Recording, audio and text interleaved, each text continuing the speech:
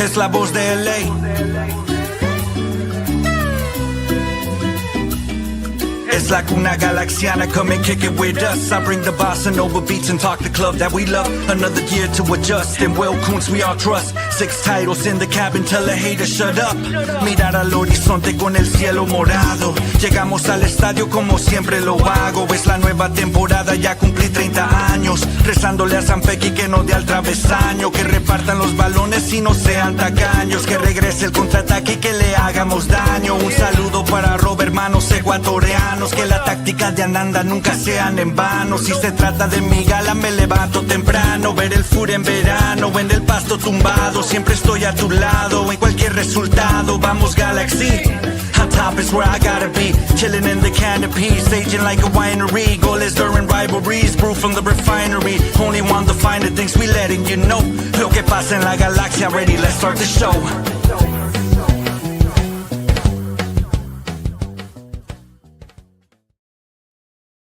Hello, hola, and buenas, and welcome back to another episode of La Cuna Galaxiana, a podcast always made with love for all you LA Galaxy fans and all you MLS fans and international footy fans as well. You have a home here too. Today, it's back to regularly scheduled sad full hours, though, as the Galaxy took an opportunity to build momentum going into El Tráfico and played one of their poorer games this season in a 2-1 home loss to Austin FC on Wednesday, July 16th. That was full of physical play, gamesmanship, and a lot of wasted Galaxy chances. We'll look at if the Galaxy returned to true form, what went wrong on the defensive end, the calculated gamble Greg Vanney took, and if there is a brewing battle between Los Verdes and the reigning champions. We'll be joined tonight by Defenders of the Bank co-host Jared Lebert, a.k.a. The Scarf, for a detailed look at the Galaxy's next rival, LAFC, before their next match and El Trafico battle on Saturday, July 19th. Plus, the LA Galaxy fan protest rolls on. All that and more coming up on tonight's episode of La Cuna Galaxiana. Thank you guys once again for being here with us. Let me introduce myself. My name is Rob Halon. You can find my written work at Extra Time Talk and the Sporting Tribune, and you can find me online there at El Escudero de LA. And as usual, I'm joined by my co-host, El Yerno Abo, El Gitano Perdido y El Papito de Natita, Ananda Kirana. Papa? Well, is it back to regularly scheduled programming, like I said? I mean, it feels like we're doing this a lot. Back to life, back to reality, right? That's the deep cut of the day. I feel like, yeah, the Galaxy with that performance knocked us all back to reality. They dashed. You know what? I am happy about one thing. They dashed my hopes earlier than I would have thought. Which, hey, you're gonna save me the pain later. So be it. Rather cut ties with any hope whatsoever now versus later in the season. But yeah, man, it was a painful watch all around. I mean, I was at the game last night. I was taking my wife's cousin from España for the first time. And I was just telling you, like, backstage before we started, like, I told him straight up, I'm like, bro, lo siento, bro. Like, this is like the weirdest game probably for you to come and see this team.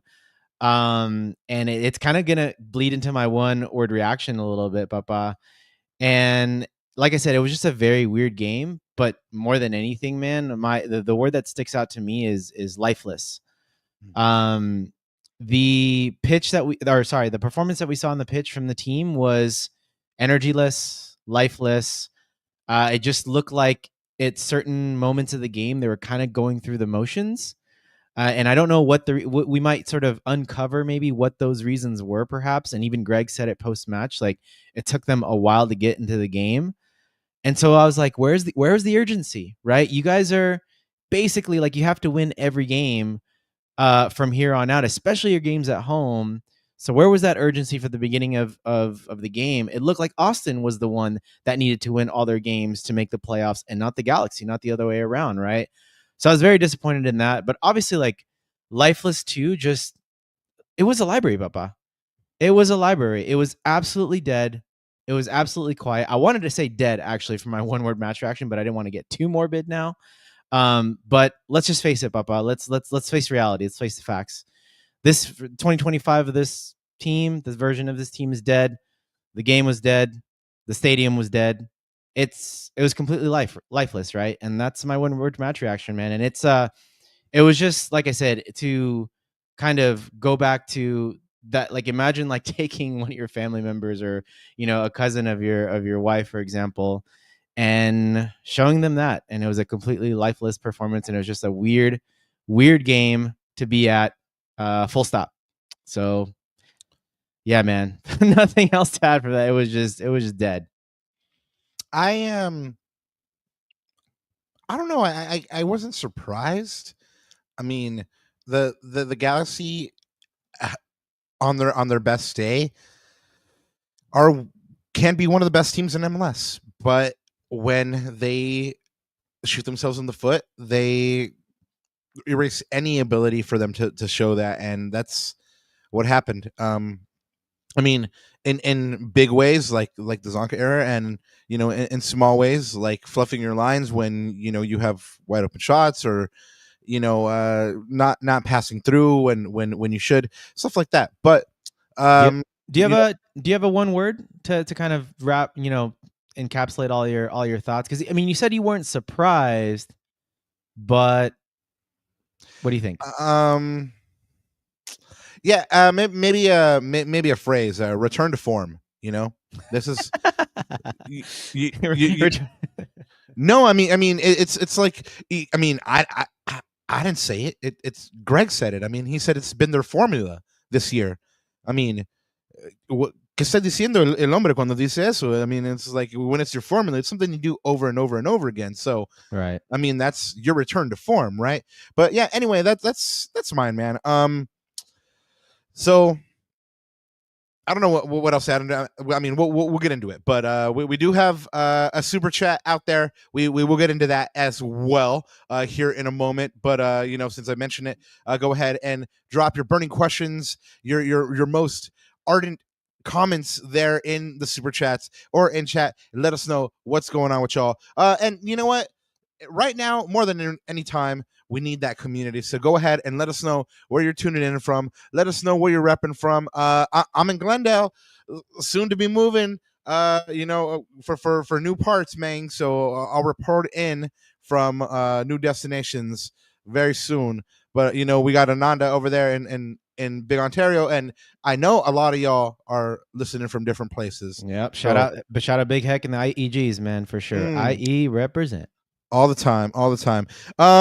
Anyway, Ananda, you tell me all the time that we have 1/3 of the people that listen to this show don't subscribe. I'd like to change that. Go ahead and hit the subscribe button. Go ahead and do that thing. If you're listening on X or Instagram, go ahead and do the same. Jump on over to YouTube at some point and subscribe. It helps us out immensely. It helps us, any little bit of help we get, we try to put back into the show so we can give you what y'all need to know about in this galaxy sphere. But anyway, Ananda, go ahead and hit that housekeeping, and just want to say much love to Glendora. Yeah, really quick, I just want to shout out all where everyone's representing right now. So Scott, Glendora, we've got the IE. Yeah, man, keep dropping those in there. Keep dropping those one word match reactions as well. Papa says dysfunctional or crass. Yeah, it was a dysfunctional Galaxy performance. We will break it down for you guys for sure in this little reaction before we get to El Tráfico, which I'm already dreading, Papa. But let's get the housekeeping out of the way first.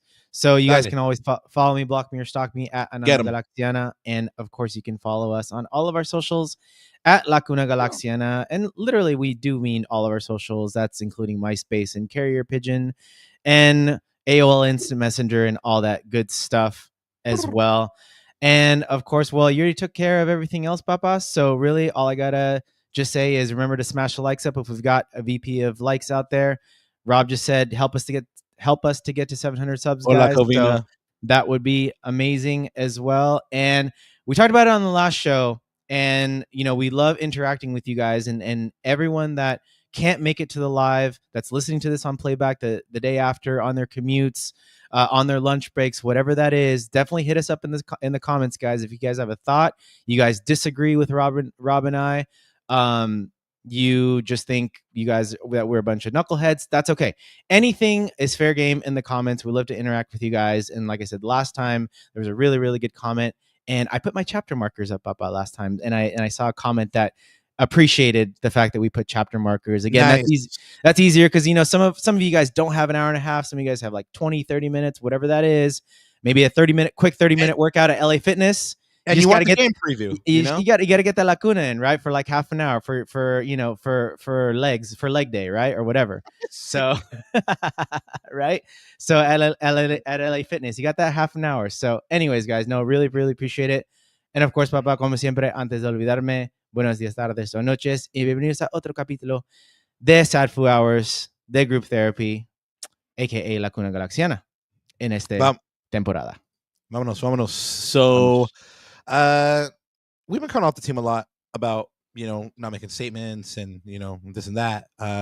But one of the things that they are doing well is they are participating in things like this, where the Leagues Cup and the Galaxy teaming up to feed the hungry. Every ticket sold gets 2 meals to the hungry.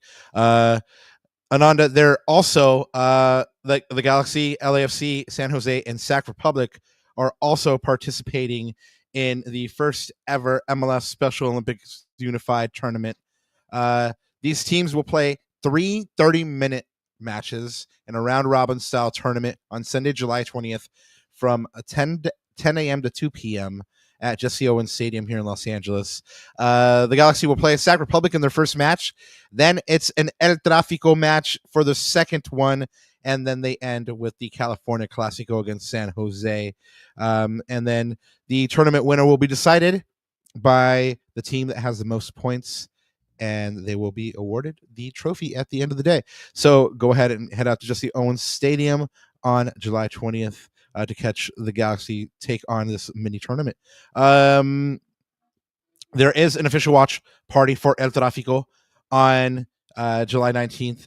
This is at Galaxy Park. Kickoff is at 7:30, of course, so the doors open at 6:30. This is free. Discounted modelos and I'm assuming giveaways and that kind of stuff is going to be happening at this as well. So check that out if you are in the area. Ananda, last year the Galaxy got their third kit, which was kind of like the throwback. This year, a new slate has been dropped, and 10 new kits go to 10 new teams. Minnesota. I don't know how that's really throwback because they're not that old of a team, but I digress. There's some real winners in here. Like the Burn is definitely a throwback. The Clash is very fresh to me. We saw friend of the show, Marcelo Balboa, Cello rocking that green. And yeah, man. So do you have a favorite here? I really like the Sounders one, man. The with the orca and like the treatment on it. It looks super fresh, very retro. That's just because Free Willy is your favorite movie, though. You know what? I'm not going to confirm nor deny that. So that you could be onto something there, Papa. But yeah, that color is fresh. Like that and the Clash, like those two. I'm looking at that sort of collage right there, and those two pop out to me for sure. Super fresh. But yeah, I am digging that Sounders one for sure. Yeah, and nah, man. I mean, they all got kind of like their thing. I mean, I have favorites more than the other. I think the DC United one kind of plays it safe. Right. The Revs one kind of plays it safe as well, but it's kind of that throwback to their old jersey. But yeah, I mean, honestly, the Seattle one is the only one I'm kind of on the fence about. Like I don't know, like for me the Orca is a little bit too cartoony. Like I feel like they could have made it a little bit like design it differently, and I would have liked it more. But anyway, I mean, I heard plenty of people that like it. But anyway, go ahead and let us know which one you are feeling the most. Yeah, for me, it's probably the Clash one the most. I mean, yeah, that one's sick. With the fact that it's San Jose being that aside, yeah, that's very, very fresh jersey. Anyway, Ananda, let's get into game day, man. You were talking about this at the top of the show, how it was a different kind of vibe. It was weird at the digs. And one of the reasons is that the LA Galaxy supporter groups were not at the stadium again. This was the third match in a row. Just to get you guys caught up, they are in a protest against the team not making a statement against ICE.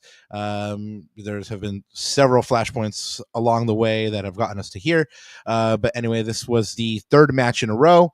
In the lead up to this match, Ananda, we did see, I reported on it, and I know you saw as well, that there was going to be a protest in Legends Plaza before the match. I was out there in Legends Plaza, and I was out there till about 7ish. I didn't see anything go down, and I had to go in and start getting set up for the match proper. But I really wanted to see the development of this, if this happened, and be able to talk to those involved. But we did see in the aftermath, we did see a couple of signs, and these are just a couple of them. Coded inner city colors. The kit represents all different Angelino cultures, no matter what border or bridge you cross to get here. This will forever be your home. Is underlined here prominently in one of the signs. And then, this is another sign, which is, in Galaxy colors. So even, appropriate branding on this, but it says, where's our support Galaxy? And, like Ananda said, this is definitely affecting what's going on at the digs. I mean, you just feel it. There was points where we could very clearly hear in the press box what the players were saying. It was eerily quiet at points. And there's a big match coming up against LAFC, which we'll have a JR on in a little bit.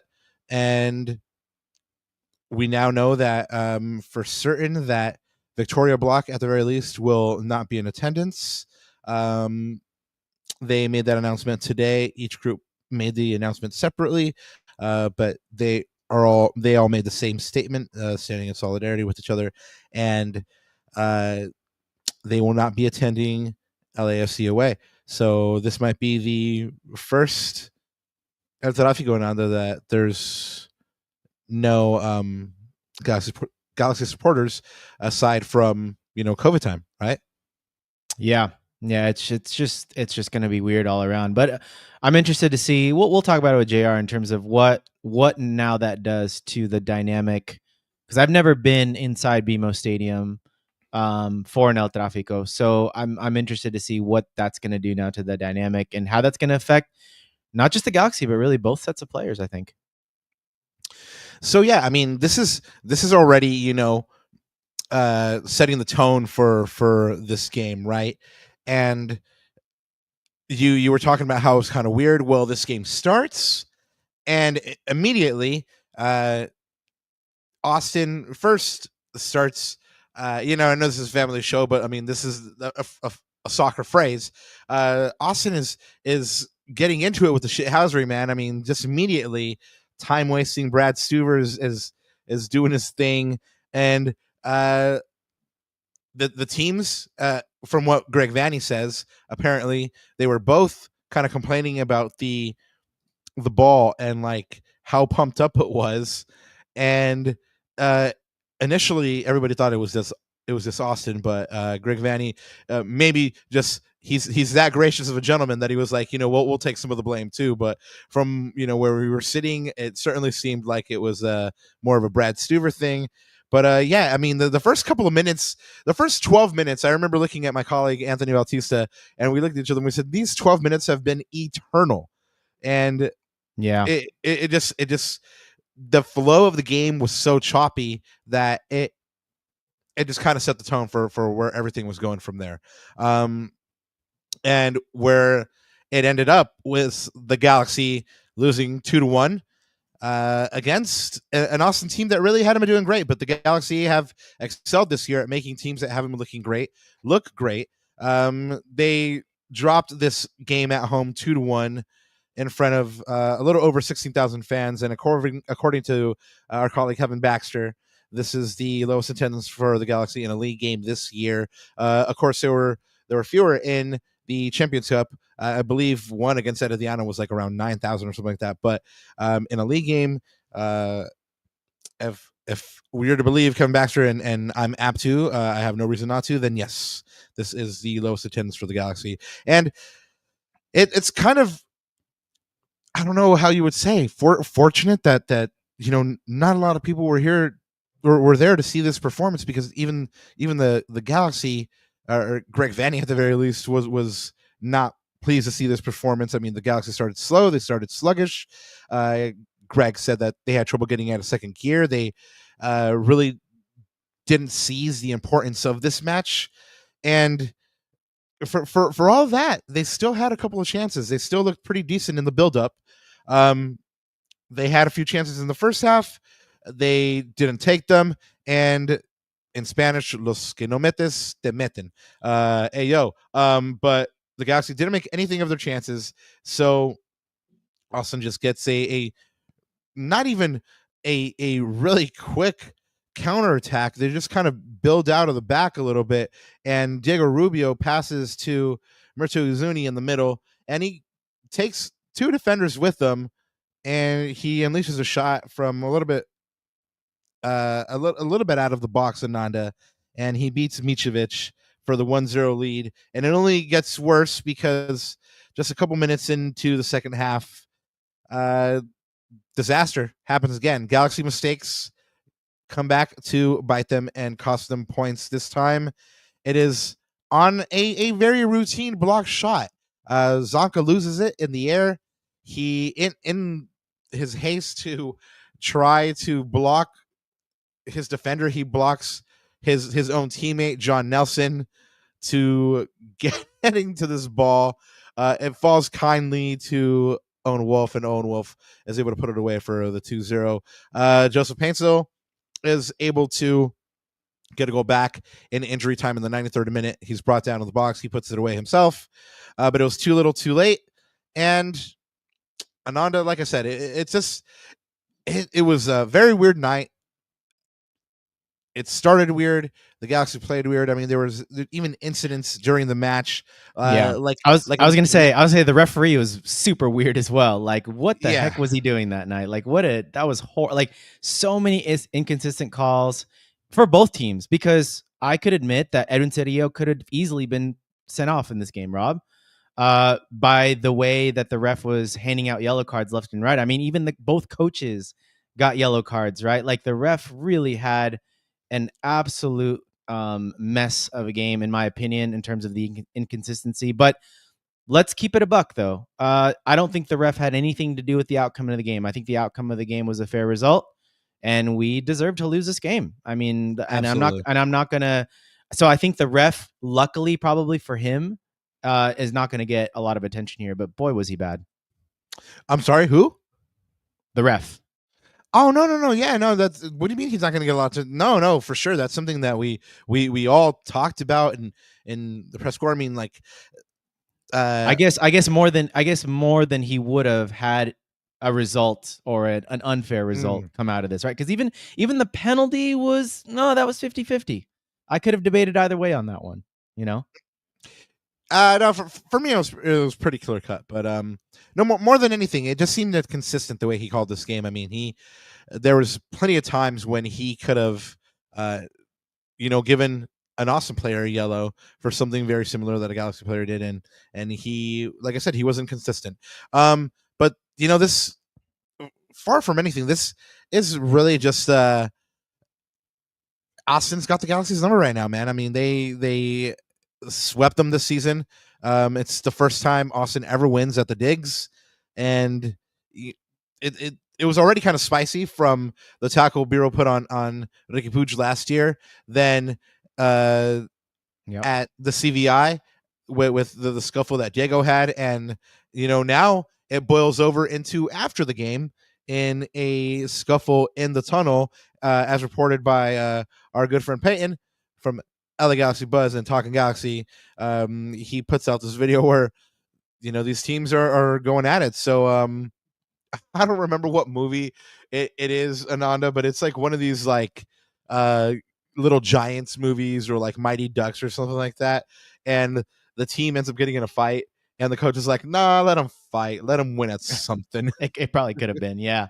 I think so. I think it was Mighty Ducks. Yeah, man. And so like, I don't know. I guess you want to. You never want to condone fighting, but I guess it's like they're good. It's good that they're sticking up for each other. I don't know, man. But like I said, too little, too late. Is there a rivalry brewing here, Ananda? What do you think? I don't know. I don't know. Heat of the moment. I don't know if it's a rivalry. It's just bad blood. Like it's boiled over. I'm down, Taylor Swift. Well, and it's boiled over really ever since that Bureau challenge, but even before, right? You got to remember, like, Diego is an Austin FC, probably a legend at this point of that club, and there was some things there as well with between him and the fans. So I think this is something that's just been brewing, and it's getting it. I guess, and the other thing too is like both teams are like not spraying water on it. Like it's still like super, super hot, right? You see Bureau, you see like even Ricky Puig, man. I saw him on the sidelines. Like his hands were in the air. I think he was trying to get a little piece of that cheese man as well. But bro, like I think there's just bad blood, and I think it's gonna continue to brew.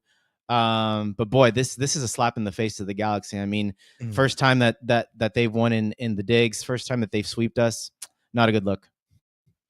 Yeah, definitely not a good look, man. And William, we haven't forgotten about your super chat. We just want to go ahead and put it in context here in a little bit and give it the credit it's due here. We're going to go ahead and take the super chat here from XPH, our good friend executive producer Herb, hitting us up with the super chat here to briefly derail the show. Hey, Rob, shout out to you for getting Get Low by Ying Yang Twins in the post-game presser. That's right. I did talk about that for a quick minute. And Ananda, did you ever get your Teca Real Madrid jersey? I remember you said you wanted a real one. Ananda? Yeah, not yet. Maybe on my next trip to Spain. I am eyeing that black one because that is pretty sick. But funds are tight these days, Papa. Funds are tight these days. Yeah, I always got to pass by the Minister of Finance. You know how that goes. Oh yes, if anyone knows, Lord knows who better than I. But yeah, anyway, there was only one change in this lineup, Ananda, that I seem to remember sticking out at me. It's Zanka coming in for Garces. Ooh, and boy, did it stick out. It definitely did stick out. I mean, Ade had his fifth straight start, looked great until he was, he came off injured. Yeah. Fagundes again looked good, and for me, it all kind of stems and starts to go downhill when these changes, or when Ade gets injured. These things start creeping into their head again. Like I said, it's just they haven't been mentally tough enough to withstand these moments. But yeah, and the big one, like you said, Zanka over Garces. Yeah, man, and he hasn't been good. I mean, what do you do with him at this point, Rob? He's got a deal that goes through next year.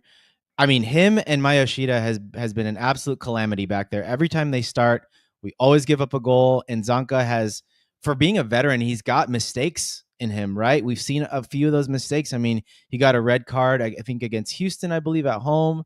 Had a couple sloppy plays that were given up or that led to goals in RSL, for example. I mean, he's had a lot of mistakes, man. But what do? I mean, you just kind of ride him out and hope everything works out? Or if you're Will Kuntz, do you look at that and say, you know what, maybe I should make a move here or even cancel his contract? I don't know. He's just been, it's almost like we're playing with two center backs, Papa. And by the way, this is scary to say, but I mean, should we throw in Zavaleta in there and see what happens? I mean, he can't be any worse, right?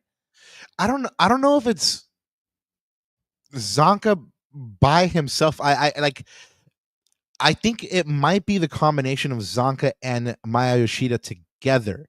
I agree with that. I can get behind that. There was, and I sat next to Anthony Bautista, my colleague, for this match, and so we talked a lot during the match about what we were seeing. And I told him early on, I was like, "Hey, notice how Zanka and Maya never speak to each other. Like they speak to each other very, very seldom. There's and we sat there watching them for a good amount of time, and there wasn't that communication that even sense that it felt like they were on the same wavelength. But maybe maybe they just don't need to see each other or talk to communicate. But as what do you do with this guy? I mean, can you get somebody to bite on buying him? And that's the thing, and getting assets for him. Yeah, because I think he's on a $600K salary as well. So it's tough, man. I don't know. Like he's not. Let's put it this way: he has not been good for this team. I think he has been a mistake. Really, I think he's had glimpses. He's had glimpses though, where you're like, okay, like I guess I can kind of see, his what he brings to the team. I mean, remember that ball that he played for Christian Ramirez.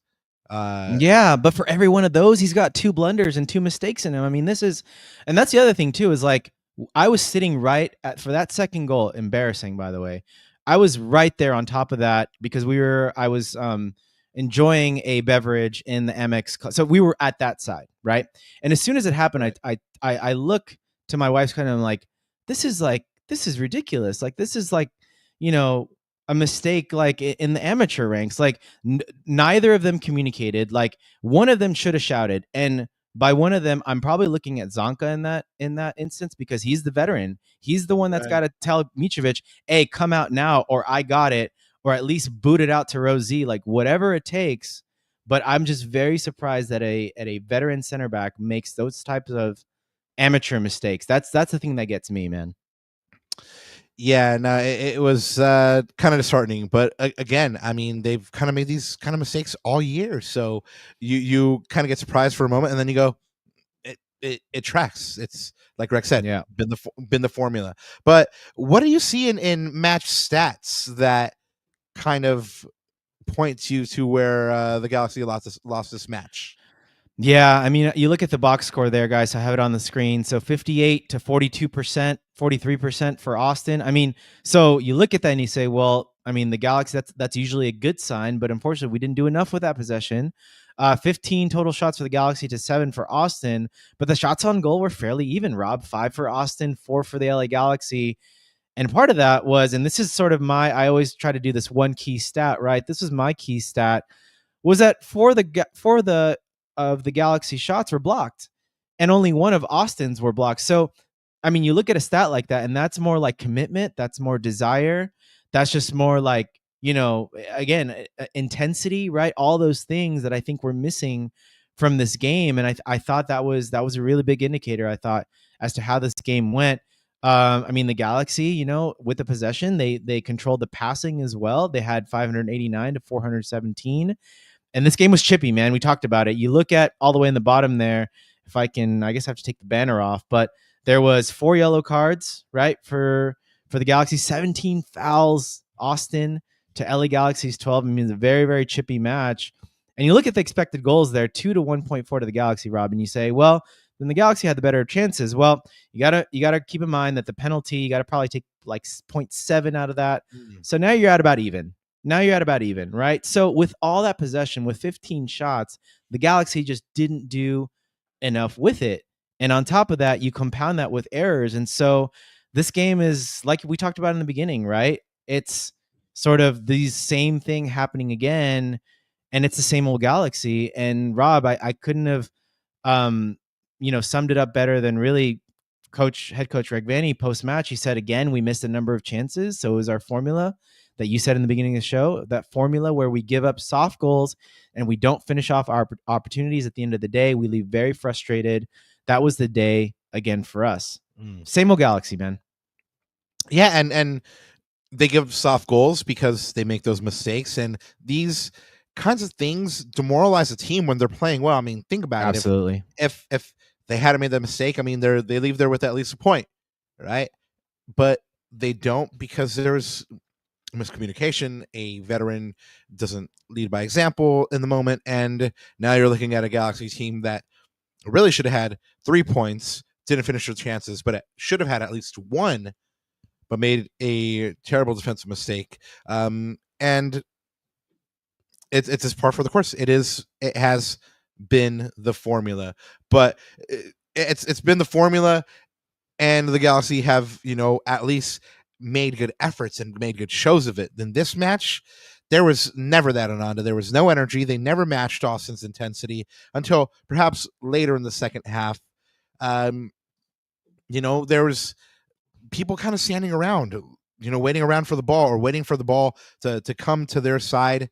And it didn't really help that the 12th man wasn't there. Like we've mentioned already, that the digs was just eerily quiet.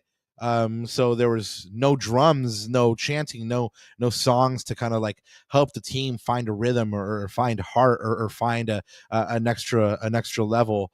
So the Galaxy drop a very winnable game, and instead of going into El Tráfico, which we'll touch on with our friend of the show JR here in a moment, they're going into El Tráfico trying to find momentum again. And you ask yourself, Fernando, what now for this team? I mean, you were starting to believe. I saw it in your little face. There was a glint of hope in your eye. When JR comes on, he'll probably laugh at you and say like, "Oh, you were so foolish to think."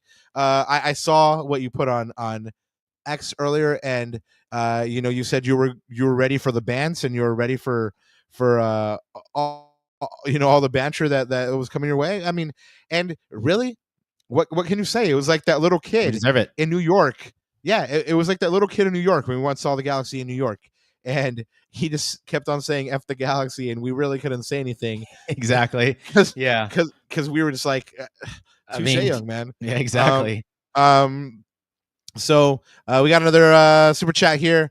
GCam says, have some of the squad given up? I mean, they'll never say so publicly, and I don't believe so. GCam, I think professional pride hopefully is just preventing that, but I mean, it's got to be disheartening knowing that you're out of the playoffs, or potentially out of the playoffs already. I mean, Edwin Cerrillo was in the presser yesterday, and he said it in Spanish when he was asked about this, and he said they'll never stop believing until it's impossible for them to actually do it. And I suppose mathematically they're still in it, but again, improbable, not impossible. It's just not likely, right? Yeah, and I don't know if it's given up, but this is the thing. Like, and you may think that we're reading too much into the fact that there was basically no one at that stadium, and it was a lifeless stadium, like I said in my one-word match reaction. But those things matter. The fact that the 12th man wasn't there matters. These players feed off of the energy at the digs, Rob. I haven't seen one point this season where we saw multiple points last season where we give up the first goal and we have a tough start. But last year there was that fight, there was that belief. Even against LAFC, now that we're talking about El Trafico, you remember Rob, we were 2-0 down at halftime in that critical game in September that for me flipped the season and flipped the entire sort of trajectory of the team. I think it flipped it on its head. 2-0 down at halftime, and Dayon gets that first goal, and it lifts the crowd. And to me, in my opinion, again, I'm putting my fan hat out for a second, I think that the fans drove the team to help that team get that 4-2, man, that come from behind win that changed our season last year. So I don't think you can underestimate the power of the 12th man. And it was palpable, Papa. It was an absolute library in that stadium last night. Oh yeah, absolutely. And there was fans who would try to get stuff going, but it's just it's not the same. It's not the same, and it's not sustainable with just like one person, trying to lead it all. I mean, it really does take a community, and we talk about that all the time. If there is a silver lining, if anything, it's that the Galaxy have a quick turnaround to play a really emotionally charged El Trafico, because let's face it, they're hanging on straws right now, and if Austin versus the Galaxy was any indication in how chippy and physical it was, I expect a lot of yellow cards in El Trafico, and we'll get into that match here in a moment. But guys, we Ananda and I kind of decided, we made an executive decision this week in that we weren't going to give out defending the badge, because like Greg said, this team just kind of didn't get going, and he was kind of mystified as to why. But no defending the badge winner this week. going say in, Ananda? I was gonna say really quick before we bring Scarf on. I think these comments are really salient, Rob. Maybe Ant says, remember when some of the fans were saying they didn't need us in the stadium? I would never hope for the team to do bad, but to say they can thrive without the fans is a huge lie. Again, that's like going back to those noise comments, right? Those things. And again, pessimistic Pottermus. Nice little change up there, Papa. He says 2023 season looks like such a successful season now. And you know what? It is a successful season, Pottermus, despite the losing record. Why? Because our fortunes changed that year. And that was the time, that was when the boycott happened. That was when change happened. So to me, that was a successful season because 24 doesn't happen without 23, right? So either way you look at it, 23 to me was successful, even if it's that one point, because it changed the trajectory of the team for the following year. So anyways, man, I'm so dreading this El Tráfico. So yeah, so not looking forward to this, bro.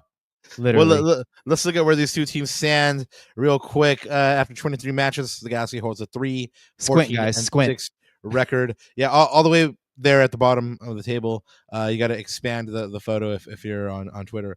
15 points, 0.65 points per game, negative 20 goal differential, and 15th in last place. They're city rivals.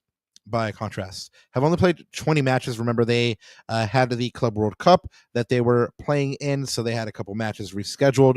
However, they hold a 10-5-5 record, 36 goals for, 24 against, with a plus 12 goal differential on 35 points, good enough for fourth place. And remember, they have a couple of games in hand, so they could very rapidly move up the table into the first or second spot. At the moment, they are in fourth place. So last match was a massive 4-1 road win over Minnesota United to close the gap to 5 points with Minnesota, who is in third place. That was a Denny Bouanga penalty in the 42nd minute. Before that, it was a 2-0 home win over Dallas. And before that, it was a 3-0 home win over Colorado. A couple of shutouts in a row. And now we bring on back our good friend, our friend of the show, JR, aka The Scarf, co-host of Defenders of the Bank. Welcome back, man. Thank you so much for being here with us. Gentlemen, it's so good to see you guys. I know we've got quite a big match coming up here. It's interesting times for both of our clubs, I think, right now. You know, I've been listening on as you guys were talking about things against Austin. And yeah, it was eerily quiet at the digs in that last match. I got a question. Do you guys think that anyone's coming to BMO, or do you think the boycott, the walkout, all of that continues as we head to BMO Stadium?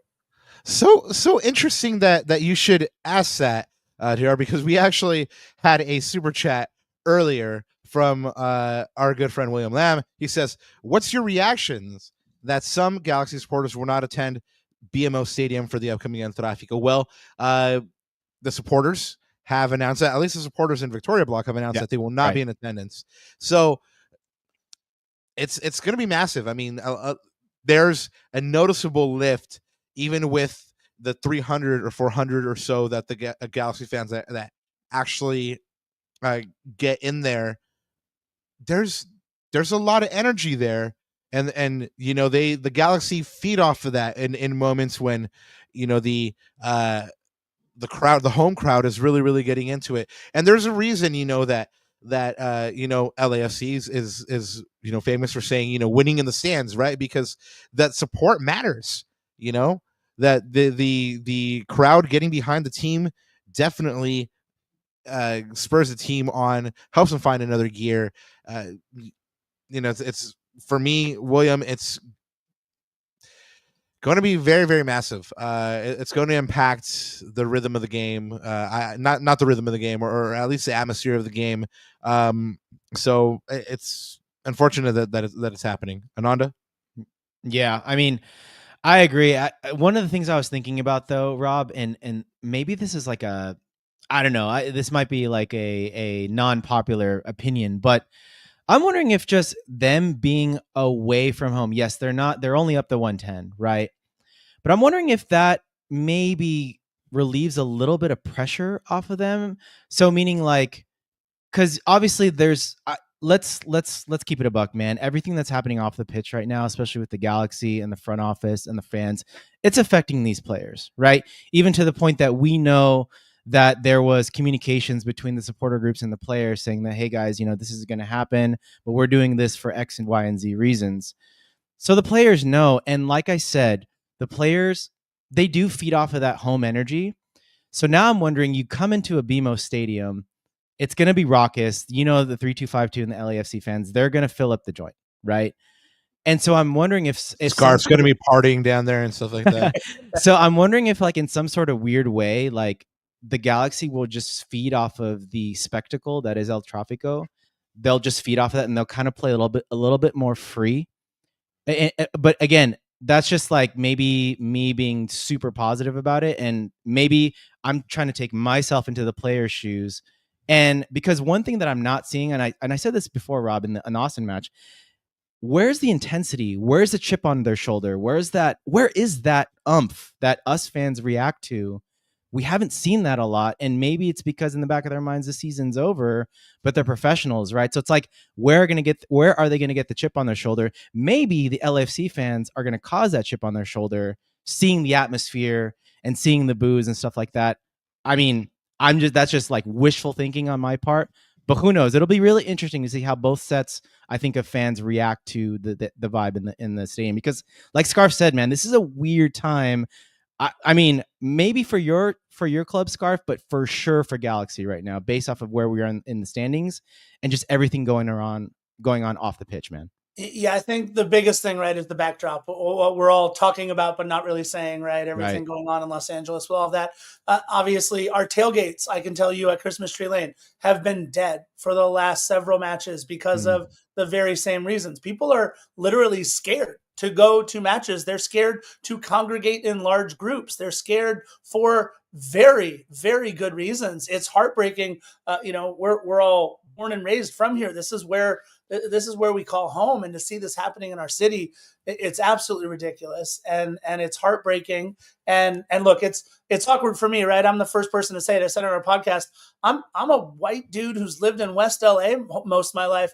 How can I be the best ally? How can I be the best help for all of this that's going on? Because I see it not just tearing apart the entire city, but the stands in which that our clubs both play in. I mean, it's terrible. This city is better when LAFC and Galaxy can come together on these rivalry weekends, on these derby days, and show up and show out. It's better when it's 4-3. It's better when it's fireworks in the stands, fireworks on the pitch. Right. But true. that whole backdrop is all screwed up right now amidst this whole chaotic time we're in. Yeah. We got another super chat from Adam, and Adam, I think you popped in right at the right moment. We're actually talking about this right now. Jared, what do you think it'll do to the atmosphere there at BMO? I mean, Ananda kind of covered it. Do you think kind of the pressure will now be on LAFC to perform? I mean, it's like no Galaxy supporters in the stand. Maybe kind of a Jedi mind trick going on here. Yeah, look, I think at the end of the day, it's still. I know a lot of people hate this term, but it's still El Trafico, right? It's still the battle for Los Angeles. I think that the 22 players that are out there on the pitch are playing for the city that day. And I think that whatever else is going on in the stands at some point doesn't matter to those 22 players that are there on the stands. I think that it does give LAFC a little bit more of an advantage without having to worry about drowning out. You guys mentioned 300, 400, 500 people, however might usually have come. But I also think that 3252 is going to show up anyway for that match, right? I think BMO is going to be filled anyway for that match. So I think that I don't know that it has much of an effect on the pitch. I think that it does, though, shift the pressure even more over to LAFC in this one. I only think that there is pressure on LAFC in this one. All due respect to how much I know that Galaxy supporters and Galaxy players want to win this match. There's no pressure on you to do so because of this season. In fact, if you do, we can't do anything about it until 2026, which has to be the most infuriating thing of all, because you guys are battling for the wooden spoon, not the supporter shield. And here we lay an egg in your stadium, giving up a late goal to draw that match 2-2. And now if we don't defend home turf, that's a taste in our mouth that we know how difficult it is for us to get out because we've had it before. Well, fortunately, the team has, or fortunately for you, the team has been in some pretty good form. I mean, 3 shutouts in a row, combined 6 goals there. Talk to us about that win last night. I mean, Minnesota's a tough team to play against. I mean, very defensively sound in Minnesota. I mean, I know it's probably cold. I'm not about that weather. So, what's up with that win? What went right? And what would you have improved if you could have? Man, let me tell you about that match. I didn't think we were going to win that match until the final whistle. I thought that they were going to find a late one. Minnesota did whatever Minnesota wanted until the ball got in the 18. We're talking about 10 corners. We're talking about cross after cross after cross. And this is the best set piece team in the league. 15 set piece goals on the season for Minnesota United. They did what they wanted to do in terms of getting the ball into the box. But what LAFC was able to do in our first match without Captain Aaron Long, who blew his Achilles out for the second time in his career, we switch formations to a 5-2-3. We bring on Nkosi Tafari, who's barely played this season. We bring on Artem Smolyakov, who's barely played this season. We take out Igor Jesus, who has been a stalwart in the middle at 20 years old. And we throw Jeremy Abobasi in the middle instead of Nathan Ordaz, who's been on fire for us this season. We make all of those changes. We do all of those things. And yet Ugo really only has to make one good save on the night. And it was 20 minutes into the first half. Our defense played, in my opinion, our best team match of the season without any one player really standing out on that back line. We went into Minnesota, never won there before, get our first 3 points there. It was, to me, our biggest signature victory of the season because it proved that we could remap our team on the fly and still beat a team that is, by all accounts, better than we were going into that match. We have a super chat scarf here from Adam. Thanks, Adam. Am I wrong? But does Bouanga have 1 goal off the penalty line in the previous 3 or 4 games? Yeah, lots of goals from the spot for Denis Bouanga. He is drawing several of those penalties, so you can kind of make the argument, right? If he doesn't get taken down, does he convert anyway? But I think if you look at let's just take the Minnesota match, 87th minute, 1v1 with Dane St. Clair, and all he has to do is chip it in between those 2 giant goalposts that haven't moved the entire game, and Denis chips it wide left. I mean, we're talking about as easy of a goal for Denis Bouanga as you will ever see him have. And he misses it. And then 3 minutes later, he's on a 1v1 break. And I said this on our podcast, Dane St. Clair is a mutant anyway, so it's not fair. He's like Mr. Fantastic. He can do all kinds of different things with his body. He makes an incredible save. But you're looking at Denis Bouanga, the best pure, in my opinion, goal scorer in Major League Soccer since 2022, blowing 2 absolute gimme chances for him. I think there are questions to be had when it comes to LAFC's offense. I just didn't think one of those questions going into this would be, is Denis Bouanga having trouble putting the ball in the back of the net in the run of play? I will say, if you look at the way he took his penalty kick against Esperance in the Club World Cup, which was a terrible, terrible take, just ask Denis. He will say it. Since then, he is who we thought he was on penalty kicks. He is putting his laces behind it. He is putting it top shelf where I like my tequila, and he is putting it into the back of the net. I agree with you on that tequila comment. Before we go into this El Tráfico proper here, let's talk a little cheese mimming. Let's talk about these LAFC rumors, because there's a couple of them that have been floating around there. You know, one of the big ones is that Gio Reyna could be linked to LAFC, or perhaps that has already happened. But according to Tommy Bogert, there have been no talks. What do you think about this? Is this something that needs to happen? Are you in favor? I mean, look, every big name recently, Heung-min Son, Gio Reyna, like all these guys kind of getting linked to LAFC. Would it be great to have Gio Reyna on LAFC? Sure, right? I mean, that's a no-brainer. There's not a club in Major League Soccer that would say, no, Gio, stay where you're at. We don't want you. I don't know if he's quite the best fit, best player at this time, or even what we really need, but it would be an embarrassment to get a player the quality of Gio Reyna for sure. I don't think it's happening. Well, you did mention Sun. How about that one? Does that one seem a little bit more optimistic to you, or do you have a little bit more hope for that one? Man, I'm kind of snake bit by Antoine Griezmann, right? We kept hoping and kept hoping and kept hoping. And the dude, by the way, just kept playing too good to come to MLS. I'm sorry, but like if he fell off a little bit, then maybe we would have been able to like, all right, come hang with Carlos for a year. But he just kept scoring goals. Heung-min Son is a player who maybe is on that downside, who maybe could look at LAFC, especially. I was there when Kim Moon-hwan came over, and while he was only there for the better part of a season, the atmosphere, the culture, we have an incredible Korean supporters group at LAFC. I can't imagine what it would be like if Heung-min Son comes to LAFC. But I actually, if you ask me as a betting man, I would put a 20 on it, even if the odds weren't very good, that he's actually coming to LAFC next year. And then there's actually been rumors that Son and his ex-coach would be coming together. How about that? I mean, everybody knows Cherundolo's out at the end of the season, going back to Germany. Is that something you'd like to see happen? Would you like to see Big Ang right there in the LAFC boss seat? And I believe our technical director, Neil McGuinness, has worked under Postecoglou before. And so there is a thread there. If you're on your insanity wall and you've got your red lines going all over and putting everything together, I would welcome Big Ange into LAFC. We're talking about, though, this is what makes it interesting, right? Because I think our two clubs are two of the clubs that are aspirational in every aspect of what they do, right? And so I think when you're talking about if they're linked to Chicago Fire, if they're linked to DC United, if they're linked to maybe, NYCFC, you go, oh, that would be cool, but it's probably not going to happen.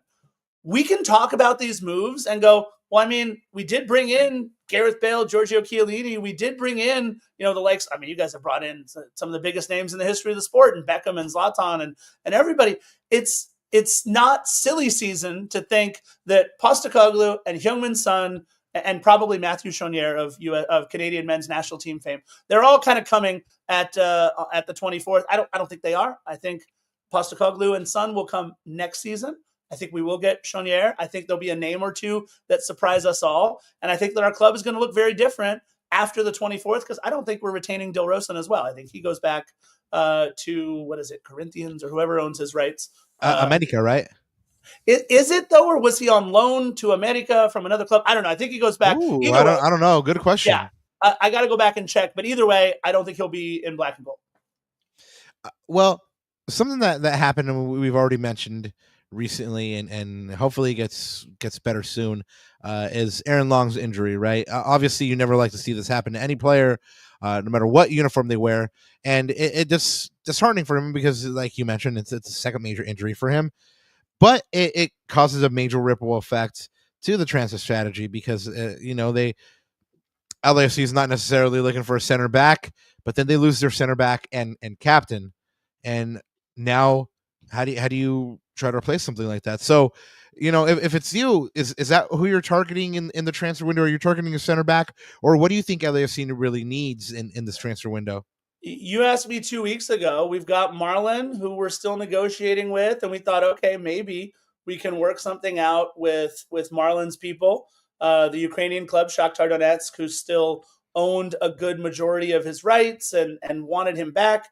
Aaron Long playing as well as anybody else. Lorenzo Della Valle, the young Italian kid that Giorgio Chiellini kind of brought along, starting to play for LAFC 2 again.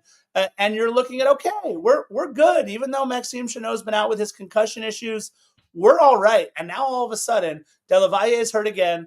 Marlon's back with his club. No Aaron Long. We're down to Eddie Segura and Nkosi Tafari as like our two best center backs. And I love Eddie Segura. I do.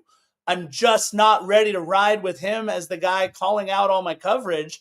I like, obviously, that you have a guy who's captained a few things before in Hugo Lloris back there, who I think we're going to be okay in terms of calling everything out and organizing the defense, as you saw against Minnesota United. But I I didn't need a center back until we needed a center back. And sure, we just brought on Giorgio Chiellini as an owner. Maybe we can convince him to dust off the old boots and get back there for a few games. I don't know. But yes, I think we need a center back. But we also need to relieve the load from Denis Bouanga.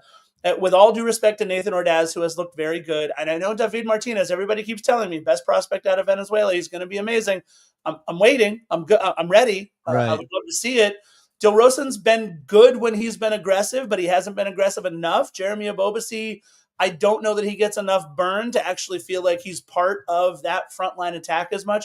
So, yeah, I would love for us to just bring in a name, a Giorgio Yakumaki or Yorgis Yakumakis or someone like that who's been bantered about, a guy who's proven he can score in any league he goes to.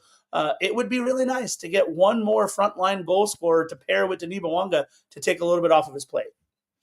There were rumors. I did hear through the grapevine that Thornton was looking to sign you, Scarf. Is any of that true? It might be, but they need a backup equipment manager or something like that. If it's me. The speed has long left this body if it was ever there, my friend. What is that phrase? The football has left him. Oh man, yeah. I think we would probably if we were in a race, Scarf, it would probably be like the wind that would just like stop and like look back at us and say bye, and we'd be like bye. All right, well let's get into this. Really quick, one last transfer rumor that I just remembered. Right, I did see that Nathan Ordaz was linked with Bournemouth. Any truth to that? Have you heard anything about that? Yeah, I think somebody on Twitter posted something one time, and it's got. Look, I said this on our podcast. We just finished recording our episode. I will drive him to the airport myself for $10 million for Bournemouth. Are you kidding me? Look, Nathan Ordaz has the potential to be our success story with the academy, right? I watched him play out in Bakersfield in 2019 in I think it was a UPSL or an NPSL game where he was playing against men and scored several goals and looked fantastic. And I thought, okay, this would be great. He's going to be a guy who can take the pitch for us from the academy. Never thought he'd be as good as he is now with the first team. I'll drive him myself if Bournemouth wants to pay $10 million for him. Yeah, that seems like a pretty hefty sum if it does in fact happen. But your feeling is it's very improbable. Yeah. I mean, look, it could be Bournemouth 2 or Bournemouth they're under 25s. I don't know. Sure. You're like, either way, if it's 10 million, sign me up. Yeah. Let's look at this match here. This is the 26th edition of El Tráfico. The Galaxy lead the all-time series 10-9-6. They hold an 8-7-6 record in league play against LAFC. In the last meeting, like you said, and you mentioned, I didn't really see like this. I think the Galaxy were kind of lucky to get this right. I think you said they dropped an egg, or LAFC dropped an egg, but this was a Galaxy come from behind draw 2-2, and really it was just scraping by. But in the last match played against LAFC at BMO, the Galaxy lost 2-1 on April 6, 2024. In 11 all-time matches at BMO, they have a 2-6-3 record. And as we all know, we've all mentioned in small ways already tonight, El Tráfico is a different kind of animal. There are always goals. It doesn't matter where the teams are in form. They always get up for this kind of match. The average for goals in this one is 4.3. I would expect a lot of goals in this one. Hopefully, it's not just all from LAFC's side, and it's kind of evened out there. But yeah, guys, we already know with the Galaxy who they have available and who they don't for this match. Ricky Puig is still the long-term injury. We did ask Greg Vanny about Julian Aude's status in the wake of that 2-1 defeat to Austin, and he said they withdrew Julian Aude for safety protocols. Concussion protocol, right? Yeah, concussion safety protocols, and we won't have a chance to speak to Greg before Saturday, so it remains to be seen if Julian Aude will be available. Really quick before we go to the scarf with LAFC's team news, we have El Primo. He says second win at Bankers Field Loading. Oh, from your lips to the Lord's ears, Papa. But let's see, man. Let's see. I don't know. I think that Scarf will disagree. I don't know if that one's going to necessarily happen myself. But we'll get to that when we get to predictions. And since we have a guest today, we in hospitality we will let them go first. So kind of you. Yeah, of course. But Scarf, tell us about this injury list. I mean, we've already mentioned some of them. I mean, Aaron Long, Dillavalle. We haven't mentioned a couple of the other ones. I mean, Ryan Raposo, Maxime Chanot. I mean, these guys are all out for this match. So Maxime Chanot has been dealing with concussion issues for the majority of the season, and unfortunately, it doesn't look like it's getting any easier for him. Reminds me a little bit of the Iko Para saga back in like 2017, 2018, where he just couldn't get right after a series of concussions. So I'm not optimistic that Maxime Chanot will be activated for this match. And Ryan Raposo does also play for us. He has on several occasions suited up, tied his shoes, and taken the field. But really, other than an excellent cross as like his first touch last match where he played about 5 minutes, there hasn't been a whole ton to gauge Ryan Raposo on. But in those 5 minutes that he played for us, he literally came on for Denny Bouanga in the 85th minute. He somehow found himself back on the injury report. So to me, the only one to worry about in this one is Aaron Long. And obviously he'll be out for the remainder of this season and a good portion of 2026 as well. Again, center back depth, a question for us, but I think we're pretty healthy other than that coming in. That's a damn shame. It's a long time. And coming from, a fan base that, is still dealing with Ricky Puig's long-term injury. I mean, it does take a toll on that locker room, not having that big presence in there. Let's talk about lineups here. We did have a super chat way back when in the show from our good friend Adam, who says, "Do you guys trust Micovic in a difficult, hostile atmosphere to get a result if he looked afraid to come out for the second goal yesterday?" I mean. Yeah, I mean, you gotta ride with your guy. I mean, I don't necessarily think that it was Micovic. I think it was more Zanka than I agree. anything. Yeah, he's the veteran, man. He's a center back, and he's the one that's got he was the one closest to the ball. I mean, they both have to communicate. But this is the other thing, and this is the conversation we had going to Adam's question, Rob, around.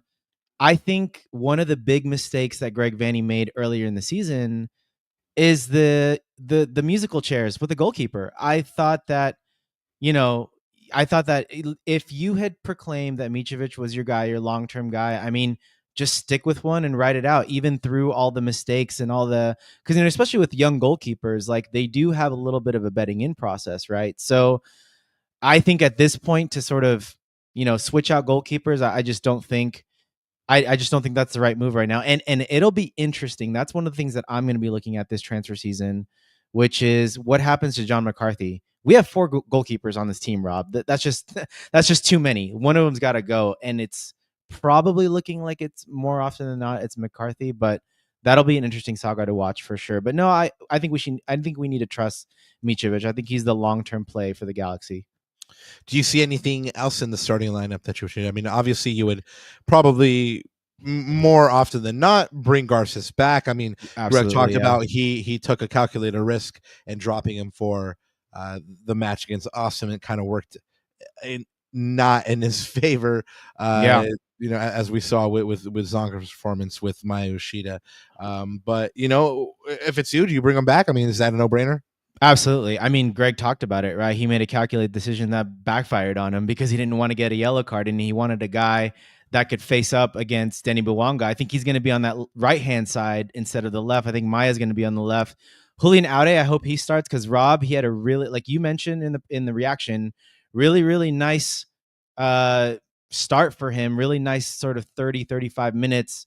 Got up and down that pitch, was really strong on the tackle, really strong on the challenge. He's a guy that, especially if LAFC decides to trigger the press, he's a guy that can break through that press with his dribbling ability.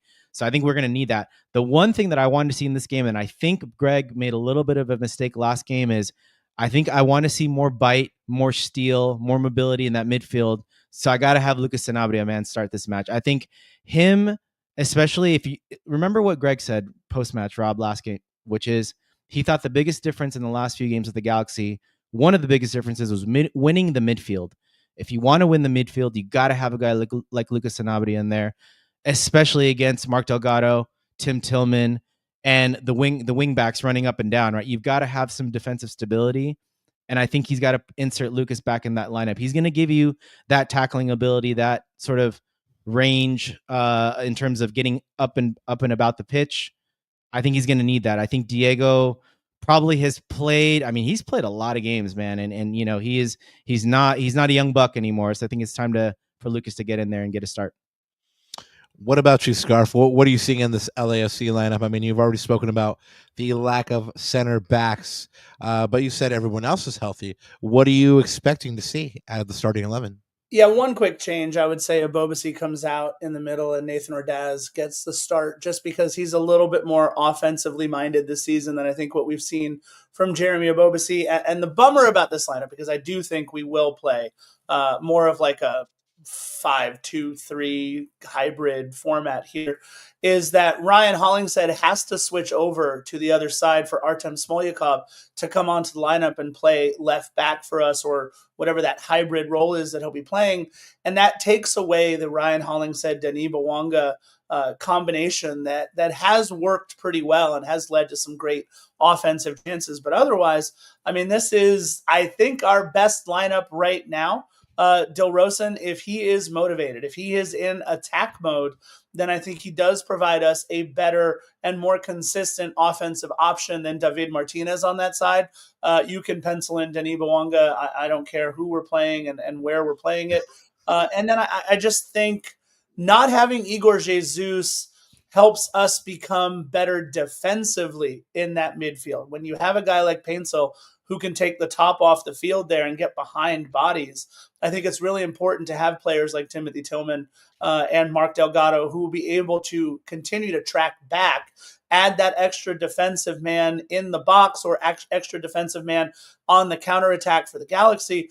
And you're taking away, to me, what I think is your second best weapon in Paintsel's ability to get behind us. Your first just being anytime, anywhere Gabriel Peck is anywhere near the ball.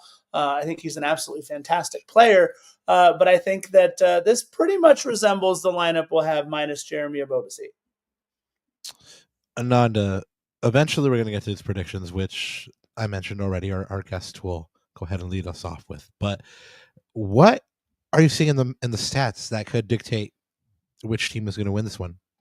Yeah, it's interesting. I think we've mentioned a few of them already. I think Scarf has alluded to a couple and even some folks in chat. But a couple things that stuck out to me, Rob, in terms of looking at LAFC. I think the first thing that stood out to me was average possession, 4th in the league, 55%. Again, if we think about LAFC historically, that's not something that we've attributed to this team. But I remember the last conversation we had with Scarf before that last match, and he was alluding to the fact that LAFC is starting to tweak their system a little bit depending on their opponent. So they are comfortable with the possession, especially they're going to be at home.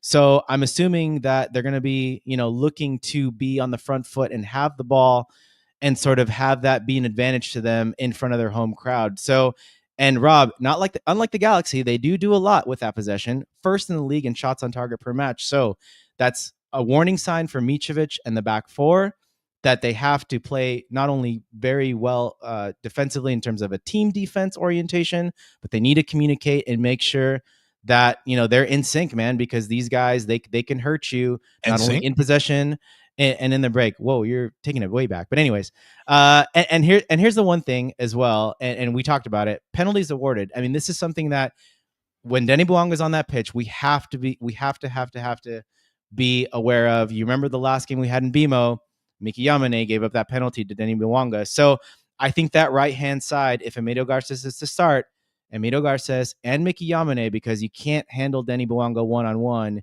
he will, get past the defender on more than one occasion. So I think that's going to be a really interesting battle, as always, on our right-hand side.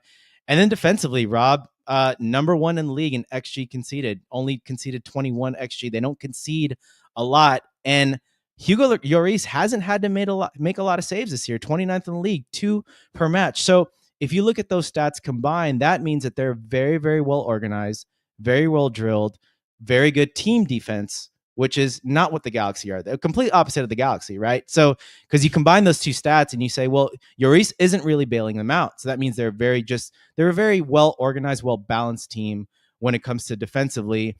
And, you know, and this is one of those things where we'll see what the game state allows, and we'll see the times where LAFC decides to trigger the press and not, but they are comfortable winning the ball high up the pitch, top 10 in the league, 4.5 possessions won in the final third per match. But again, that's all going to be interesting. That's all going to be game state dependent on when Cherundolo tells his team to, okay, we've got to trigger this press now, or when those sort of like those triggers are for the press, right? So that's going to be real interesting to see as the game goes on as well. So yeah, man, it's going to be a tough one. A very good team, as we know. Scarf, who is the X factor for LAFC? I mean, we already know the big dogs in this team, right? I mean, we know that Denny Bouanga is like you mentioned, always going to be in that starting 11. But who's maybe got to be the unheralded hero or the guy to step up for LAFC to have a chance to beat the Galaxy? Yeah, I think it's going to be Nkosi Tafari, for the simple reason that he's the one that's filling the shoes of Aaron Long. Now, he's filling them in a very different way. We are switching formations to 5 in the back that I don't think we do if Aaron Long is healthy. But I think when you're asking a player the likes of Nkosi Tafari, who has played far less than I would have liked to have seen him play this season, now he knows. He wakes up in the morning, puts on his boots. He knows he's the starting center back for LAFC now because of everything that is going on. He already carries himself with that swagger, that confidence, without even having to show it on the field. That's just kind of who he is as a guy. I've interviewed him a couple times, asked him a few questions. I loved his answer, as he was coming off the pitch against Minnesota when they asked him, like, hey, LAFC has moved all the way up to 4th in the standings. And his response was very simple: 4th isn't first. And he walked away from the interview. And so that's kind of the you guys call it the chisme, right? The swagger that Nkosi Tafari has. He's also got to play as good as Aaron Long plays. He's got to be that next man up. And I think it really does depend on how well Hugo Lloris, Eddie Segura, and Nkosi Tafari, and we're lucky. Look, we have an absolute dog in Sergi Palencia on one side, and then Ryan Hollingshead, who's extremely offensive for a left back in MLS. If he scores his next goal, he ties Graham Zusi for most goals scored by a defender in league history in MLS regular season play. He's already passed him in overall goals in all competitions. But again, I think I'm looking at Nkosi Tafari. I think that we know what we're going to get from Denis Bouanga. We know what we're probably not going to get from the rest of our front line right now. It's been kind of hit or miss, but I really do think it's Tafari. Rob, do you have an X factor for the Galaxy? I mean, we know about the Killer Peas, well, at least 2 of them, right? Who, to be fair, they haven't really hit their stride quite yet. But who else are you looking at in that Galaxy team for us to get either a result, a point, or 3 points at BMO? Yeah, I gotta believe it's gonna be whoever starts between Sanabria and Fagundes, right? Because 2 different functions, 2 different kinds of players, right? We've had some talk in the chat about Cerrillo missing this one, and I don't believe I don't believe he's missing this one. I do need to fact check that, but I think he's still in for this one. So you would have, of course, Royce. You'd have, of course, Cerrillo there in the midfield, and then do you go with Sanabria, like who you said might provide a little bit more bite in the midfield to be combative, or do you go with Diego Fagundes for a little bit more link up play, control, and vision on the ball? I mean, it's going to be a tough choice. So I think whoever gets the nod has to be. It's going to dictate how Greg wants to play this game, and then they have to be absolutely lights out for the system or the game plan to work. So I think a lot hinges on that position in this match. So if it's Sanabria, he's got to have his best game in a Galaxy uniform. If it's Diego, he's got to bring that veteran leadership that he brought against DC United. Yeah. But whoever it is, it's going to be in that position. Well, I think for me, we've got to look at Garces too, man. For me, Garces last year was the guy that took the Galaxy from a below average defense to a good enough defense to win MLS Cup. He was the guy that really changed it for us. And I think, again, if you look at that matchup on our right-hand side, which is Denny Bouanga's side, that is going to be, as always, the key matchup in this game, right? Like, how many times does he get past Mickey Yamane, and for Emi Garces to be there and to try to defend that one-on-one, that to me is going to be the key battle. That to me, I think, is going to make or break a lot of this game, in my opinion. Well, Ananda, we are starting to wind this episode down here, but we have a couple of key questions before we get out of here. And number one is, and by the way, chat, if you know you're thinking you're gonna get off the hook, you're not. You got to drop those predictions in there as well. So start dropping them in there. We will get there here just after you, I promise. But before we get there, Scarf, first major question for you.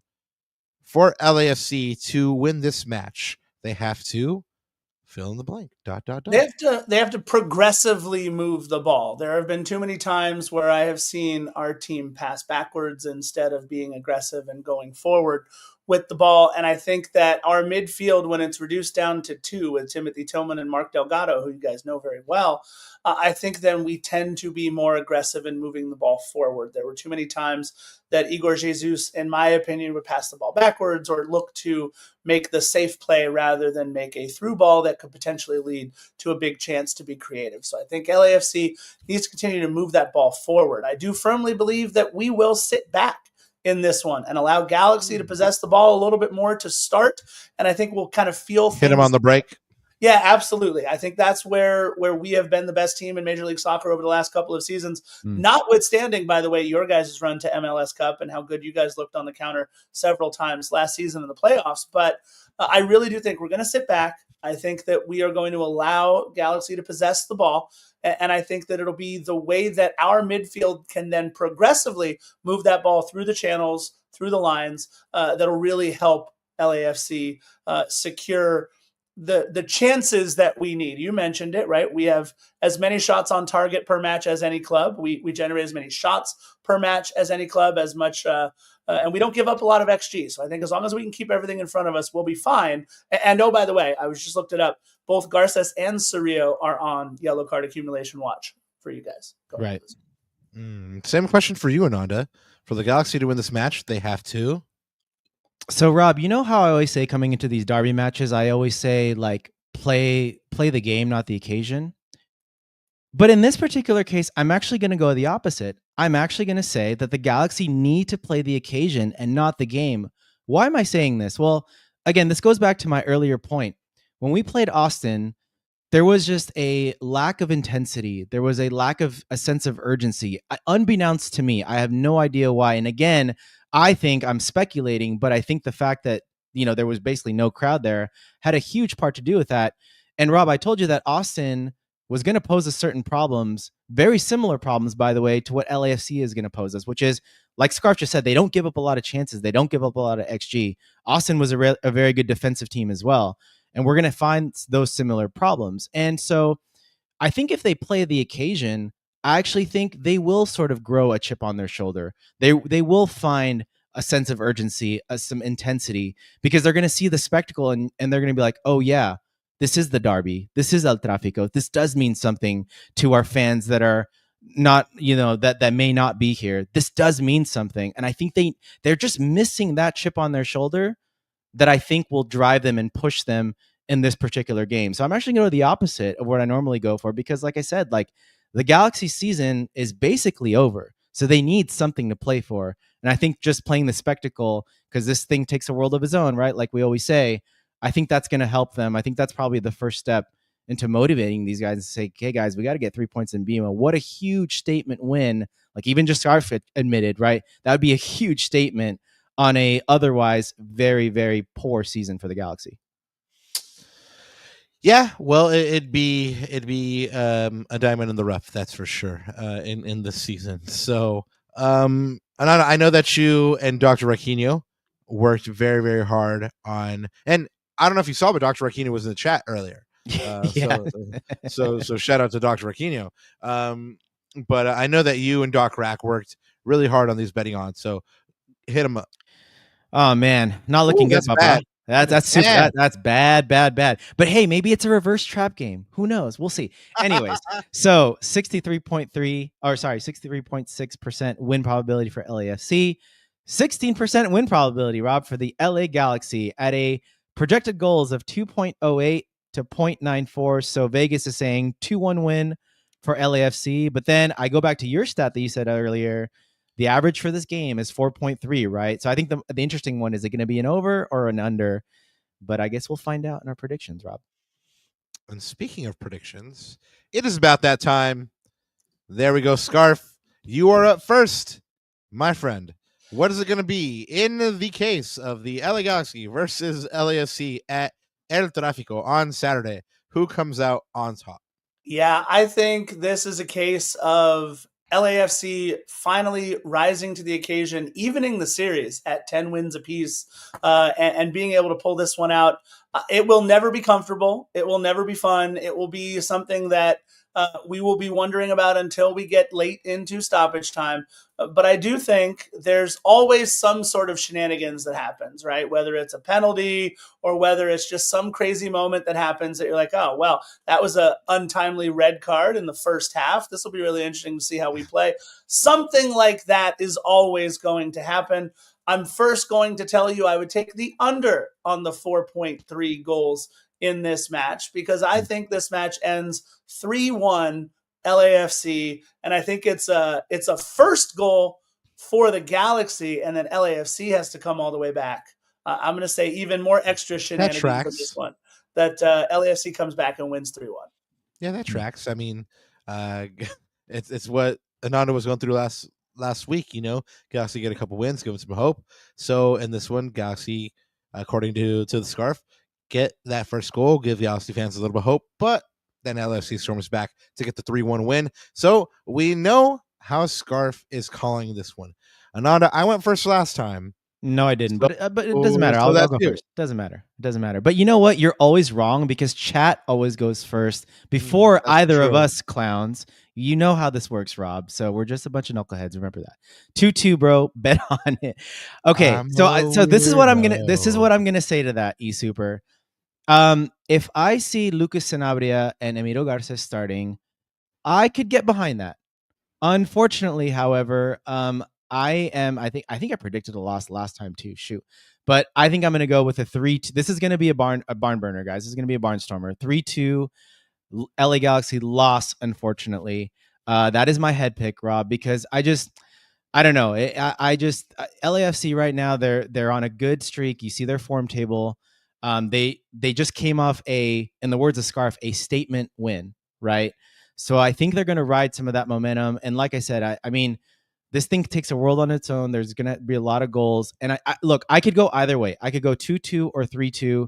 It's going to depend on the starting lineup for me, because I think the details of this game, like how if Greg starts with the double pivot of Edwin Cerrillo and Sanabria for that added stability, especially to guard against the transition, how does Emilio Garces take those first 10, 15 minutes, that first 1v1 against Denny Bouanga when he's running down your throat on the other side? How does he handle that situation? Does that give him confidence, or does that give him goosebumps? And those little things throughout the game will affect how the scoreline plays out. But sorry, man, I'm going to have to go with my head pick on this one. And I'm hoping that's like the reverse karma that I need to throw out there in the universe. So now 3-2 for me. Head pick heart pick is a 2-2. But yeah, this is going to be a really tough one, man.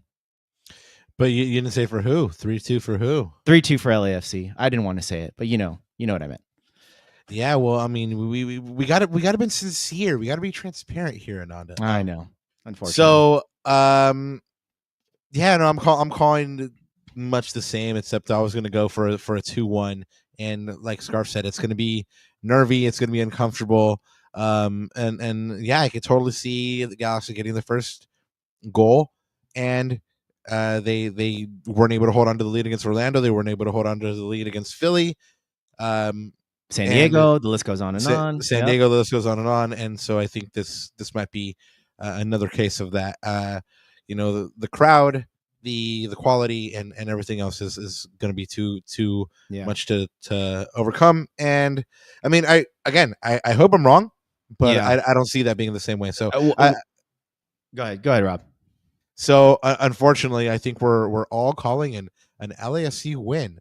But we just have to calls it like I sees it. I was going to say one thing's for sure that we can probably all agree on or predict.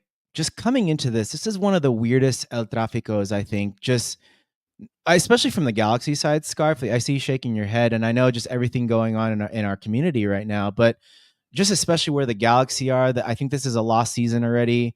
I mean, we really only have Leagues Cup and Campeones Cup, a one-off game to really bank our season on. But this is just a really, really weird one, man. Just what's going on in our community coming into this. And so it'll be really interesting to see what's going to play out on the pitch and if any of that spills over in the crowd in the stadium. So it's going to be really interesting, man. But just, yeah, super weird coming into this one.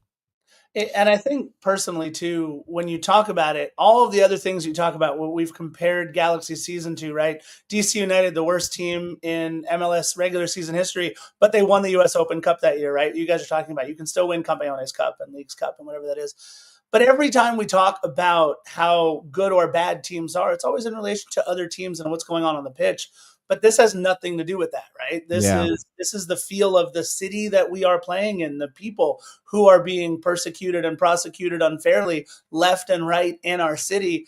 It also what makes soccer. It's what makes soccer the most important sport, football, the most important sport in the world. It transcends all of those political boundaries, color boundaries, religious boundaries. It's truly the world sport. So when the world sport has to be played on a backdrop of persecution and frustration like this, it does feel almost like, yeah, it's Derby week. We should all be up. We should all be ready. We should all. But wait, there are things that at times are more important than football, and this could not be more important than anything else. Yeah.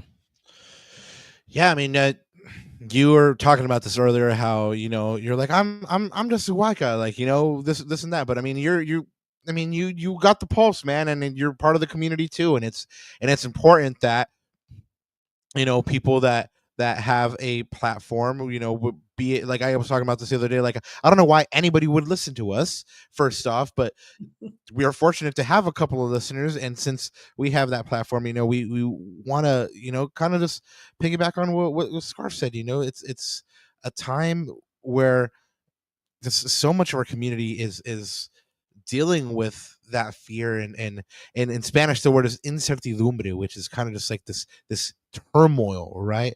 So the least we could do is come together as a community. I mean, there are things that are bigger than soccer. We've talked about it a bunch of times, and I've shared this Scarf a bunch of times where you told me one of the things in soccer that I'll never forget. I don't know why we're so bad to each other, being that we just have a different piece of laundry on. I mean, it's right now is it's a weird El Trafico because supporter groups. I mean, I haven't even really seen like supporter group beef on Twitter this week, which normally it would be like off the chains, off the chains. But this week, I kind of feel like there's been kind of like, hey, there's stuff that's more important, and we're just gonna kind of cool it on that this week. But anyway, we are winding down here, so Scarf, really quick, let them know where to find you. I will be joining you on Defenders tomorrow, so let them know where they can come and check it out. Absolutely. Yeah, Rob will be here. We do a pre-match show the night before every single match called One More Sleep, as there is just one more sleep left until we get to play the match. You can find us at Defenders of the Bank, and that's everywhere except on Twitter, where we are Defend the Bank. And of course, that is Bank with a C for Bank of California Stadium, our old stadium name. You can find us on all your different podcast platforms, all your streaming options. We are Defenders of the Bank. It'll be episode 372 that we will put out for this for the El Trafico recap, and like we said, Rob is going to be joining us tomorrow when we do our One More Sleep. Please make sure you check us out. You can get us live on YouTube, on Twitter, and then after you can always check us out as well. Y'all heard. So if you guys want another El Trafico preview, come through and say what's up tomorrow on that stream. One more sleep, is it, Scarf? Yep. One more sleep. Y'all heard it. It's gonna be one more sleep tomorrow until the Galaxy face off against LAFC in the next El Tráfico. And of course, as you guys always know, we're going to be back with you for an El Tráfico reaction that'll be happening on Monday, July 21st. So tune in. Hopefully, we'll be talking about a surprising Galaxy victory against all odds, just like the mighty 300 against the nefarious Persian army there in 300. But in all seriousness, I just again hope for a good game and hope for the Galaxy to actually get up for this one, because against Austin they did not. A week from today, on Thursday, July 24th, we'll bring you a Houston Dynamo preview in the Galaxy's last game before the League's Cup pause. Adam is tuning in with a super chat here. Thank you, Any Baba. thoughts on how Yamane will do with Bouanga? I'm gonna keep it a buck. He's gonna have a torrid time, just like every other right back in the league. How about that? Yeah, I mean, no one has. Yeah. No one goes out. I think You can't defend him. You need help. Fun? You need help. Yeah. It sounds fun. Let's have to defend against Bouanga today. I mean, the only thing that kind of gives me hope a little bit is, as Scarf, how you were talking about, he missed a couple sitters in this last match. So hopefully you get that Denny Bouanga. But Denny Bouanga historically against the Galaxy has pretty much always scored. I think. I mean, I thought there was a stat out there how he had scored in like 7 straight against the Galaxy or something like that. But he scores against the Galaxy a lot, so it does stand to reason. But Denny, if you're listening, I heard number one animal style with some animal style fries on the side, and a chocolate shake. I heard that's pretty good. That's a pretty good pregame meal. That's what I heard. So yeah, for sure. Definitely go out and party the night before. I heard that's also really good for athletes. But anyway, guys, we wanted to say thank you for joining us for an El Trafico preview. That match is happening at BMO there on Saturday at 7:30. We want to say thank you to our guest tonight, Scarf, JR Lebert, yes, co-host of Defenders of the Bank. For my co-host, Ananda Kirana, this has been another episode of La Cuna Galaxiana. One thing left to say, and it's G's up! Te queremos, chat.